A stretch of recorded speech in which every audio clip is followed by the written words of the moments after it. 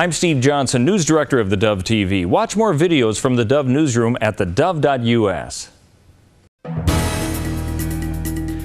Good morning, I'm Steve Johnson with a reminder to get our app on your smartphone or tablet. You can also watch the Dove on our website or on our Roku channel.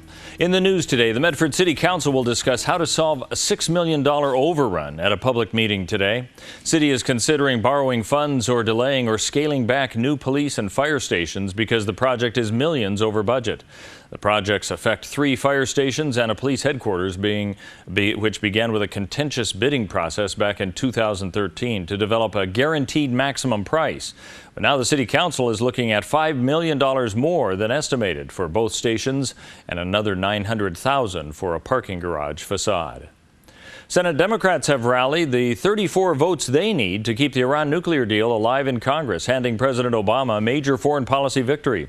The agreement signed by Iran, the U.S., and 5 other world powers seeks to dismantle Iran's nuclear program in exchange for billions of dollars in relief from sanctions. Senator Barbara Mikulski of Maryland became the crucial 34th vote Wednesday morning, declaring the agreement is the best way to curb Iran's nuclear ambitions. It was echoed by comments made by Secretary of State John Kerry. President Obama and I are convinced beyond any reasonable doubt that the framework that we have put forward will get the job done. And in that assessment, we have excellent company. Meanwhile, hardliners in Iran have stepped up displays of anti-American fervor since the signing of that landmark nuclear deal with Washington and the 5 world powers just last month. Separate trials will be held for each of 6 police officers facing charges in the death of Freddie Gray in Baltimore.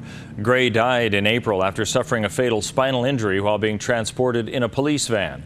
The death resulted in days of public unrest in Baltimore. While more than a dozen attorneys asked for the charges to be dropped, the judge ruled to move the trials forward. Charges range from assault to murder.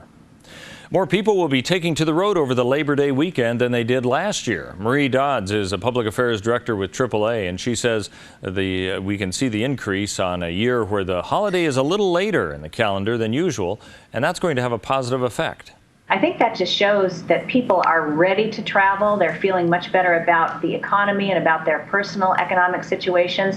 So for us to see a 1% growth rate in the number of travelers with Labor Day on September 7th, I think really says a lot. 11% of the American population will travel 50 miles or more this Labor Day weekend. This is the highest volume for the holiday since back in 2008. Let's take a look now at what we can expect on the weekend as we move towards that Labor Day holiday weekend. Northern California and Wairika, partly cloudy and 74 today, only 68 tomorrow with a chance of rain tomorrow as well as on Saturday. As we head into the Klamath Basin, 68 and mostly sunny today, 61 tomorrow with a slight chance of rain as well as on Saturday, but temperatures jumping up to 68. As we move into the Oregon coastal region, 66 and mostly sunny today, 65 tomorrow, slight chance of rain both Friday and Saturday, warming up to 71 on Sunday. As we head into the Bend area of Central Oregon, a 10% chance of rain today with a high of 64, a 50% chance on Friday with a high of only 60, 65 on Saturday, up to 73 on Monday.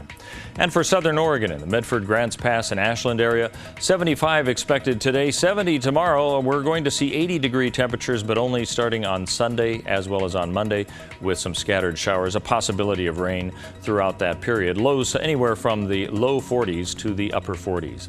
That's a look at news and weather. You're up to date on the Dove.